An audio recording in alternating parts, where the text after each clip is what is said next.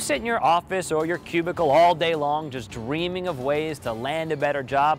Well, if so, we've got Gene Holzer from Ascendo Resources here with us to give you some expert do's and don'ts on how to land that next gig. Gene, good to have you on the show. Thanks for having me, Dave. All right, Ascendo Resources, what is it? Well, Ascendo Resources, we specialize in the placement of accounting, finance, compliance, banking, and IT professionals.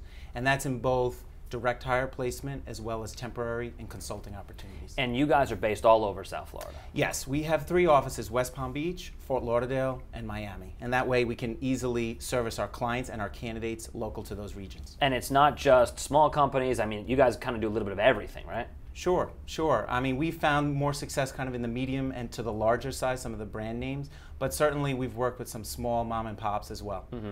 What I think is good about this interview is that because some people who are watching who might need a job, they are not necessarily interested in the fields, you know, that you guys represent. But I think a lot of what we're going to talk about is kind of universal, right? And tips of how to get a job and how not to. I completely agree. Yeah. I think it's very transferable, you know, how you conduct yourself in an interview, how you write a resume, all those things can apply whether it's in the industries that we handle or others that, you know, professionals will do. All right, so let's get into it. Let's do some do's and don'ts. Those are always fun. Sure. The don'ts are usually more fun, but we'll start with the do's. Give me a couple of things that if you're looking for a job, you absolutely have to do. Sure.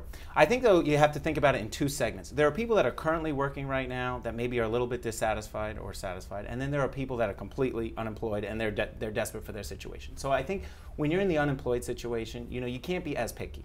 You know, it's kind of like dating before you get, if you're not married and you're looking to find a spouse, you got to go on a lot of dates. You can't be picky, is that what you're saying? That's right. You have to kind of get yourself out there as much as possible. Just date anyone who will date you. Sure. Yeah. But really the majority of the population, at least that we deal with, they're working right now. So they may be happy, they may not be happy. So I think you need to strategically think about what's going to be the next opportunity that's going to help me in my career.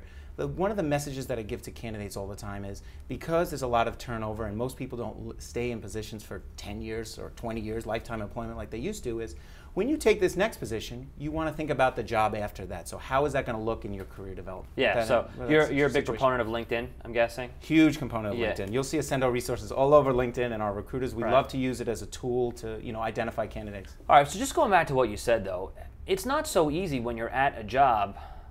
I mean, maybe it is easy, I don't know, to ask your boss, hey, I'm feeling a little unfulfilled, or to kind of poke your head around the HR department. In other words, like, how much can you do before people are going, well, does this person want to leave?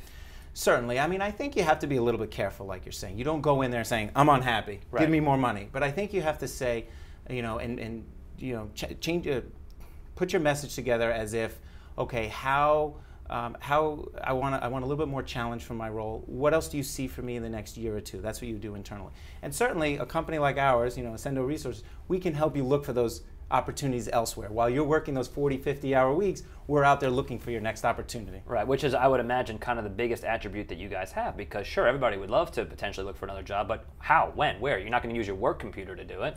Thank goodness. That's why we're in business, because people can't do everything. It's the same for companies that are hiring.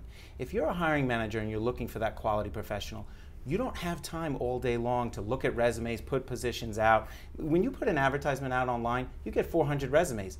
372 of those are garbage. You know, garbage. They don't relate to anything to do with the role. So you have a job that you have to do. That's what you're getting paid to do. So that's where, you know, an outsourced agency firm can help you in identifying the good candidates. Okay, on to the funny stuff. So, so I understand that you've had some miserable situations, people that have just bombed interviews. so give me some things not to do when on an interview. Well, you know, the basics that we go over with everyone certainly is make sure you're well groomed.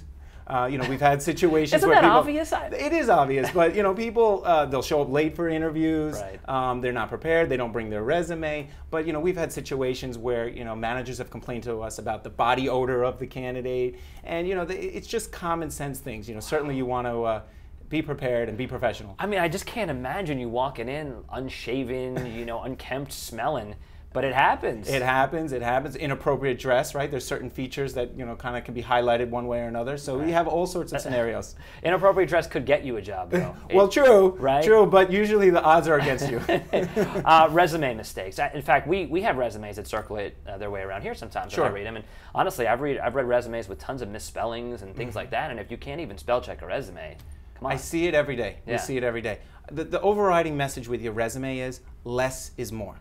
You know, if you've been in the workforce for 5 years, you shouldn't have a 5-page resume. So be concise, be to the point, make sure the bullets are hitting exactly the key points on what you've done in your career. And obviously, spell check, what an easy thing to do in Word.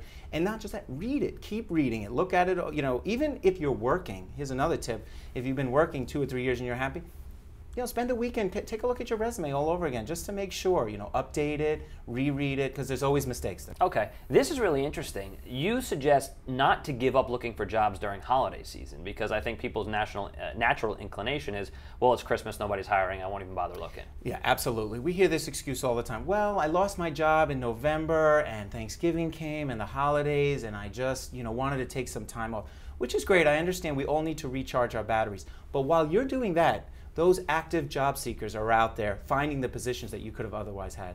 And we've had many instances over these holiday seasons where we've placed individuals, you know, switching jobs and getting new jobs. And what a great holiday present, right? Exactly. Yeah, congratulations, here's your job. Happy holidays. Yeah, what are some of the emerging industries across South Florida? What are some places that people could start to look at to get jobs? Sure. Well, we've seen growth year over year up and down the coast and in all industries. I mean, even within our organization, we're looking at 60% growth year over year in both direct hire positions and temporary roles.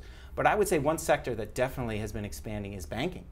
And there was actually an article in one of today's newspapers talking about that this was the second best year for profits in the banking industry, and we've definitely seen that here in South Florida. Okay, so people should start working on their banking resumes. Yes, Exactly. Shopped at a bank, had multiple accounts. Exactly. If people want to get in touch with you, learn more about your company, how do they do it? Sure, they can just find us on our website. It's www.ascendoresources.com. That's spelled ASCENDO resources.com. And you don't charge people, right? No, there's absolutely Right. free service to the individuals that are looking for jobs. We obviously charge our clients to identify the candidates. All right, well, listen, it was great having you here, Gene, and good luck. And hey, listen, when you get a really bad resume, just send them over here. We just want to look at it and hold it up on TV. I have plenty. Thank you. All right, take care, man. Nice to meet you. All right.